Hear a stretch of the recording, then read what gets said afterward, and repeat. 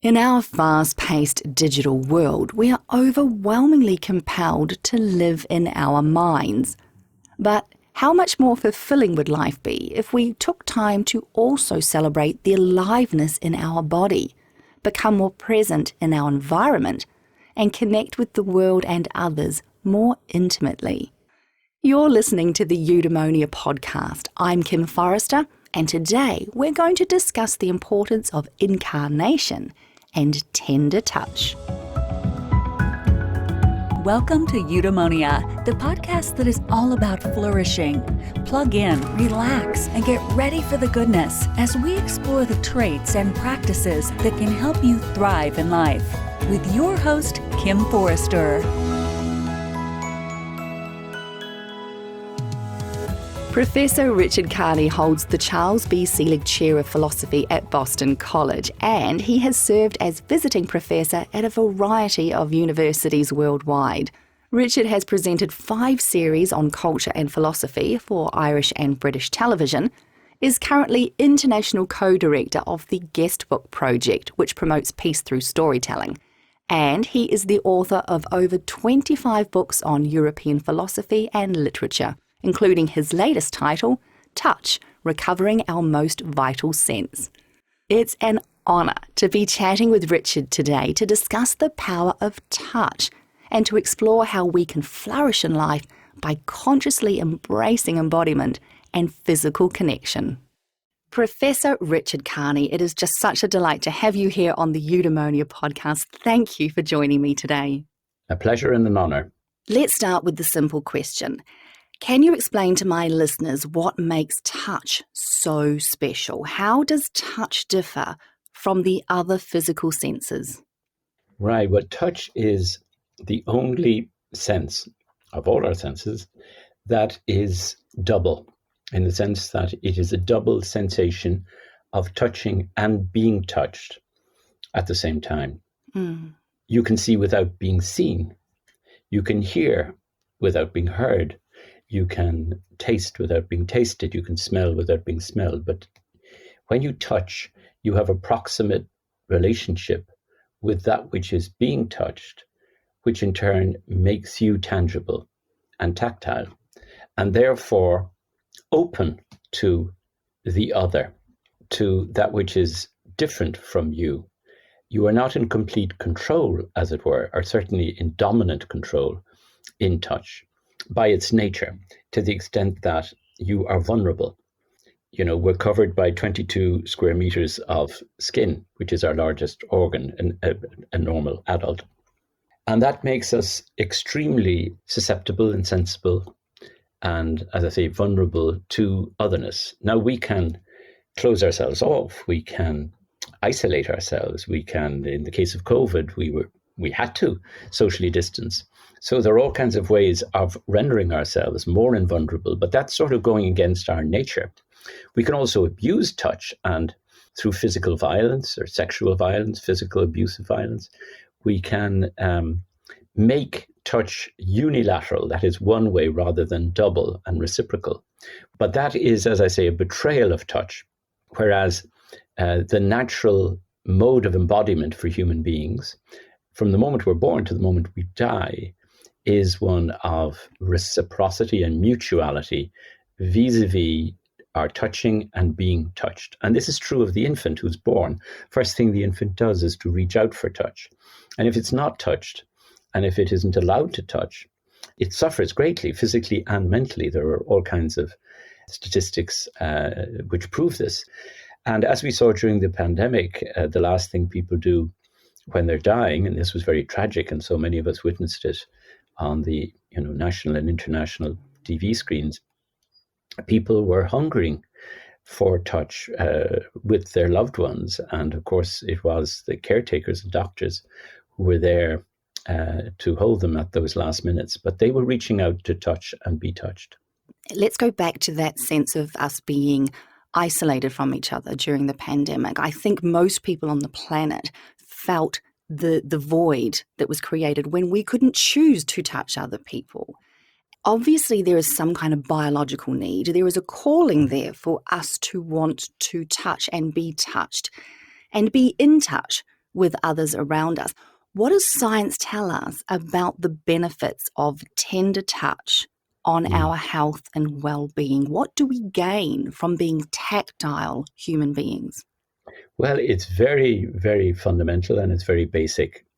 Touch affects our blood pressure, it affects our heart rate, it affects our digestion, it affects our sleep, it affects our mood, anxiety or calm. At so many levels, touch is absolutely fundamental to human beings. I mean, the relationship between the mother and the child is an obvious case in point. The hormones and so on that are secreted, oxytocin and so on, in the early infant-mother relationship are fundamental to bonding and can recur later in life. And it's through touch that this occurs. It's the first sensation in the womb. So it's actually fundamental to and indispensable to our well-being and health in the world. Absolutely fundamental. And I would say that's true biologically. In fact, there are very interesting animal experiments done with apes and chimpanzees and all kinds of animals. And even during the pandemic, a lot of therapy for people suffering from loneliness and isolation and distance was very often with animals. Canine therapy, equine therapy with horses, dolphin therapy for those who were lucky to be able to experience it. So there was a huge run on animal pets as well. You couldn't find a dog on Pet Finder in North America because people just had this incredible need to have tactile company. And if human beings weren't available, then animals were. So it's part of our animal nature in the best sense of that term.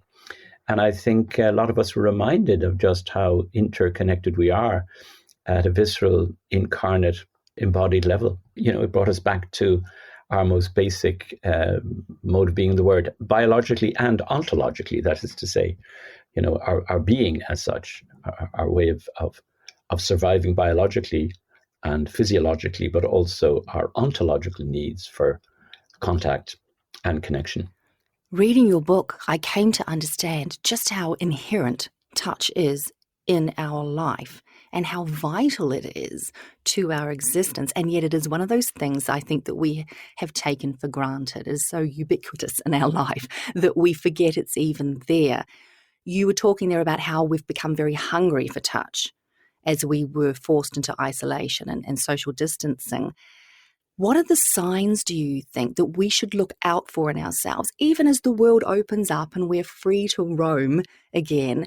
What are the signs that we should look for in ourselves that we are hungry for touch, that we're longing for greater embodiment and physical connection?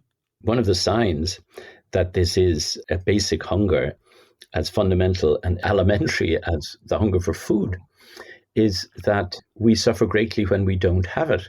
I mean, again, the statistics, scientific evidence has shown that the Z generation and the millennials suffer hugely from loneliness and depression in more or less direct proportion as to the amount of time they spent on social media and communicating virtually. Now, at one level, we're all delighted to have virtual communications and digital technology. We probably wouldn't be having this conversation without it. And I wouldn't have been able to teach my students during the pandemic without it. So we're all incredibly grateful for that in terms of news media and information and so on. But that hyper connectivity at the virtual level can actually produce incredible isolation at the ontological and biological level, so that the more hyper-connected we are digitally, the more lonely and isolated we feel in so-called real life. And that's a curious paradox. You know, one of the great existentialists said, technology overcomes distance, but it doesn't bring nearness. And we have a need for nearness, for that double reciprocal mutual relationship of touching and being touched. And without it, people literally die or become incredibly anxious and lonely. That sense of reciprocal touch, the fact that you cannot touch something or someone else without also giving a part of yourself away. It is incredibly vulnerable, as you mentioned earlier on. It is incredibly intimate. And it does remind me of the New Zealand Māori greeting called the hongi. And traditionally Māori, when they meet strangers or friends, they lay nose and forehead against each other, and they take a few moments to breathe in each other's breath. They breathe in the life force, the mori of the person that they are greeting, an incredibly intimate, truly connected way to greet someone. And I do wonder if we've lost that same sense of intimacy in Western society. Or perhaps, Richard, it's something that we are increasingly afraid of. Do you feel that could be true? And if so, how is that lack of intimacy or that fear of connection affecting us? Well, it's a very interesting question. And, maybe the jury's out in terms of the casualties of not only the pandemic, but digital technology generally, which produces what I call a sense of excarnation, whereas our normal mode of being is incarnation. There has been a tendency, indeed in Western civilization, we can't blame it all on modern technology, which has advantages and disadvantages, but it goes in fact back to Plato, that the beginning of Western metaphysics and philosophy was predicated upon a certain priority given to sight over the other senses, and particularly touch. And I think with the pandemic, and indeed with the kind of crisis of digital communications, we've gained a new awareness where there's been a wake-up call that we can't actually live properly as human beings, as excarnate beings living outside of our flesh. We need to anacarnate or reincarnate or recarnate, come back to the body. And we're discovering this in therapy as well, the importance, in so much of new embodied therapy. I'm thinking of Vander Kalk working here in Boston, who wrote a wonderful book called The Body Keeps the Score. Our traumas, our sufferings, our hurts are stored in the body when the mind cannot register the pain, the horror, the shock, the evil. It's the body that keeps the score. And by the same token, while talking cures are important, and psychoanalysis has taught us that, they're not always sufficient. It's important to get back to the body, and whether it's walking meditation or some kind of contact with animals, or just, holding and being held as human beings. Most important of all, the hug, the handshake being the origin of civilization. When in the Greek tale of the Aeneid, the two rival tribal heroes, Glaucon and Maimonides, they throw away their spears and they shake hands. And civilization begins with that hand-to-hand, open palm to open palm touch of vulnerability. So that hasn't gone away. And today, we know the cultures, the Russians and the Slavs kiss, even men kiss each other on the mouth as a greeting. To come back to your wonderful example of the Maori embrace. And then, of course, there's the handshake, which is so important in the Anglo-Saxon world, and the hug in the Latin world. And all that disappeared, of course, with social distance and affected the entire world. So each culture came back in its own way to a greater awareness of just how fundamental touch is to our lives, although we take it for granted.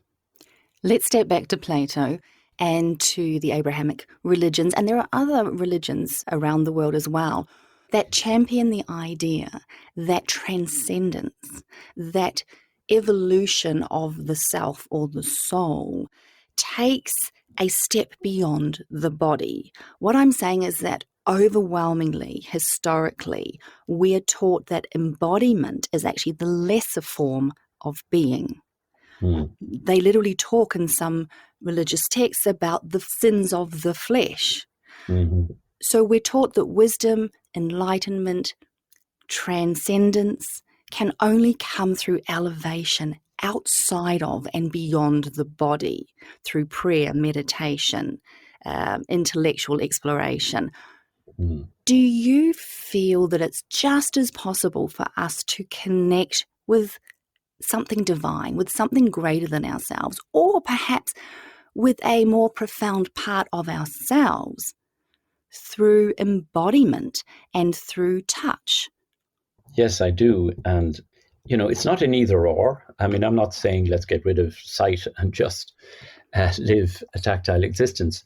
We need both, just as we need the digital world of technology, it's absolutely indispensable to us, and there's so much to celebrate and admire, but not at the expense of the carnal and the embodied. We need both.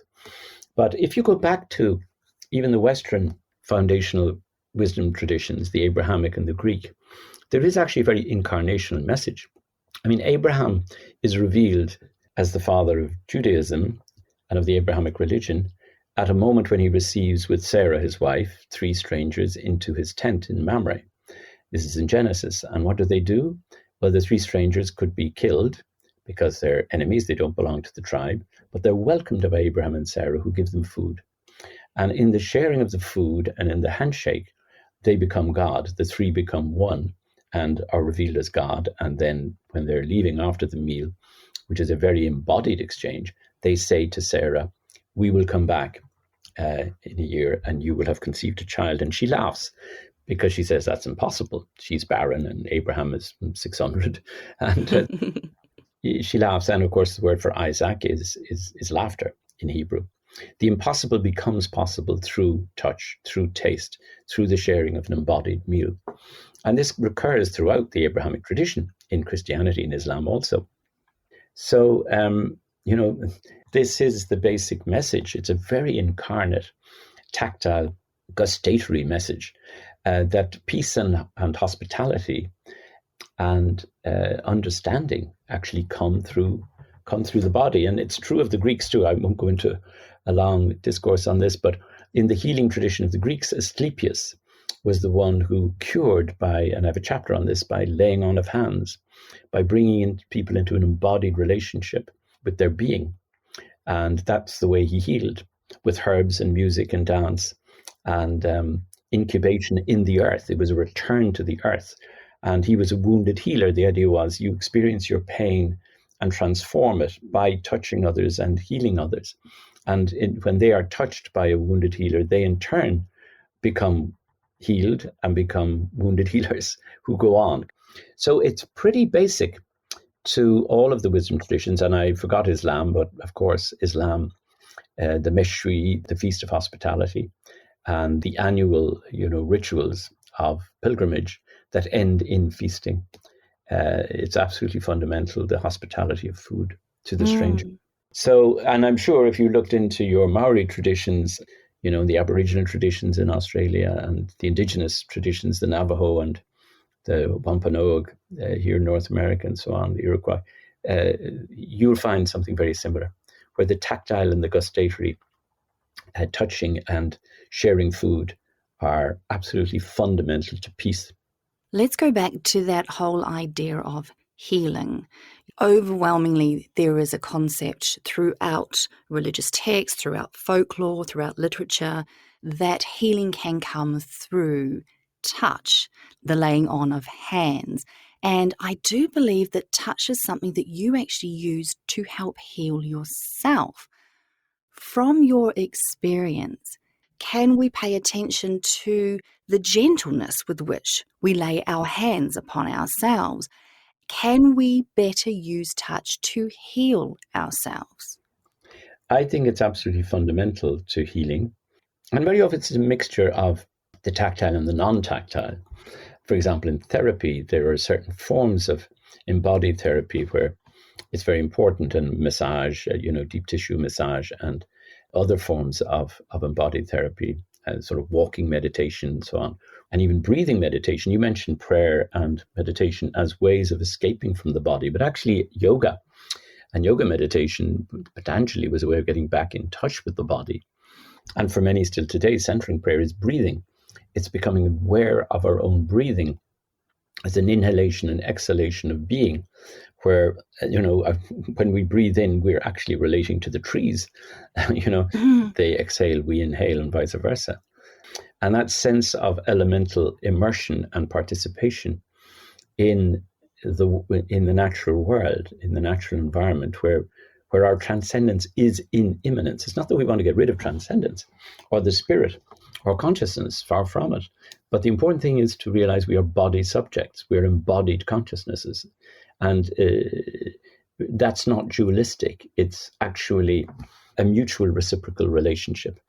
And that seems to me to be very important. But you mentioned my own experience when I had a very bad depression about 25 years ago. I was ultimately healed. I was helped by talk therapy, but I was ultimately healed when my therapist suggested to me back to nature. So I started planting trees and I started swimming every day in the Irish Sea, which is kind of an electric shock in itself, given the temperatures. My sister-in-law had a horse that I rode every day. And this was something that I had just kind of taken for granted.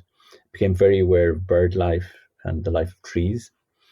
And that ultimately, made a huge difference. Also medication, meditation and medication. And medication, if properly used, whether it's natural herbal medication or medicinal pharmacology, sort of psychopharmacology, can be very helpful because that's also a reminder that we're very embodied. I want to just turn our attention back to nature for a moment, because you often talk about your affinity for non-human animals and the benefits of actually being touched by the natural world. What do you feel we could learn from animals, Richard, about embracing embodiment for greater well-being? Yeah, well, I think we have so much to learn from animals and also from the animals in each other and in ourselves, from whom we've become estranged. We've become strangers to ourselves. Now, the psychoanalysts talk a lot about that in terms of the unconscious. We are strangers to ourselves. We don't know what is going on in our unconscious. But our unconscious is not just, as Freud sort of primarily thought, about childhood trauma and repressed desires. It's actually our repressed and our alienated animal nature. I don't know whether you've seen this wonderful film. I think it's from South Africa called The Octopus Teacher, I think it's called. Oh, yes. My that? octopus teacher. Absolutely, yes. My Octopus Teacher. But that's an example, of somebody who is going through an existential crisis and depression, almost suicidal, and then befriends by accident this octopus and learns vulnerability and develops this friendship, which is extraordinary. And it's sort of a mutual apprivoisement, a mutual taming of each other, coming together, these very, very different beings. So he, the protagonist of the film, learns how to be fully human by befriending the octopus. And we've all seen films about people, befriending horses and dogs, and Jane Goodall and, the chimpanzees and the orangutans, creatures who, in a certain sense, we fear, just as we fear that part of ourselves. But until we come to terms with it and recognize that the animal in us is actually part and parcel of our humanity, and humanity comes from humus, which is the earth. Humus is the earth. And humor comes from the same root, as does humility. And I think that's what we learn from the animals. We learn humor. We play with animals, and animals love to play, and children love to play, and that's their animal nature. So I think in our digital optocentric universe, we're so much in control. We're so much masters and possessors of nature that we actually have lost touch with the animal, or the human animal in ourselves. So yes, the end of the book, The End of Touch, is sort of a call to move beyond the Anthropocene, as it's called, of, the domination of the anthropology, the human, sort of the human-centered world, the anthropocentric world, to what I call a symbiocene, from the word symbiosis, which is Greek for working together, working collaboratively with the, human and non-human. And I would say, incarnate and digital. It's not a question of giving up on the digital. It's a question of humanizing and maybe even animalizing the digital. There's new experiments now that I quote at the end of the book in haptic technology, where they're trying to integrate touch into forms of digital communication, which would sort of lead one towards a greater sense of openness and vulnerability and respect for difference and strangeness. Let me touch on that, because you do maintain that if we regarded touch as the most vital of our senses, we could become a more peaceful world. You talk about how a handshake is the embodied action that brings about peace. Yeah. Do you feel that we can use that exact principle in our daily lives Richard, if we're in a conflict, is it wisest for us as an individual to be brave, to step into the same space as someone else and use proximity and touch to help resolve the issue? These days, I think it can be so easy to just get on the old phone and send a breakup message, or you'll get on the email and try to resolve any issue that way. If we get back to embodiment, if we get in the same space as someone, is it more beneficial at resolving conflict? I believe it is. I absolutely believe it is. Now, sometimes the first step in bringing people together can actually be digital. I run a thing called the Guestbook Project, where we invite young people in conflict zones to tell their story, listen to that of the enemy, and then co-create a third story together.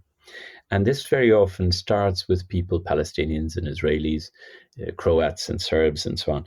They begin by making videos and by communicating virtually, and then they actually meet each other. Sometimes there is such animosity initially that it's easier to tell your story to a screen and then exchange it and hear the other person, because it gives you a certain kind of distance. The ultimate end of peace is proximity. And we have so many stories where this is the case. I mean, just think of it in terms of just everyday, ordinary experience. You can hate somebody and have very violent thoughts about them. And then you meet them and suddenly, you realize they're not the monster you thought they were. Richard, this is the point where I ask all of my guests for a morning reminder, a small practice that can enhance our well-being on a daily basis. In your case, can you share some simple actions that we can take each day to ensure that we sort of remain exquisitely embodied and in touch with the world? In my case, the first thing I do before I reach for my iPhone and my computer or my radio, and I'm like everybody else in this digital world, I too have my attachments and my addictions.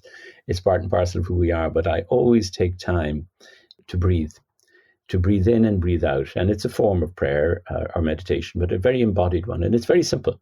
And it's just a breath of gratitude to be living again. And the word for life, in most languages, spiritus, anima means breath, pneuma in Greek. It means breath. So to live is to breathe. And to breathe is not to dominate the world, but to breathe in the world. And to breathe it out again. So we're in this inhalation and exhalation relationship of reciprocity and mutuality, which is what I call the double sensation. And the second thing I do is I go for a walk. If it's in the summer, I go for a swim. But in either case, with a swim, it's being in my element, so to speak. I'm in my element in the water, where where does the water end and the body begin? It's true of breathing. Oxygen runs through our body, so we're part of the air. Air moves and flows through our body, inhalation, exhalation. And when we swim, we're aware of that too. We're immersed in the element of water. Or if we're walking, our feet are bringing us back into touch with the earth. If that's barefoot, that's even better. But 99.9% of us are going to be wearing shoes. But it's still a reminder of our embodied, incarnate being in the world.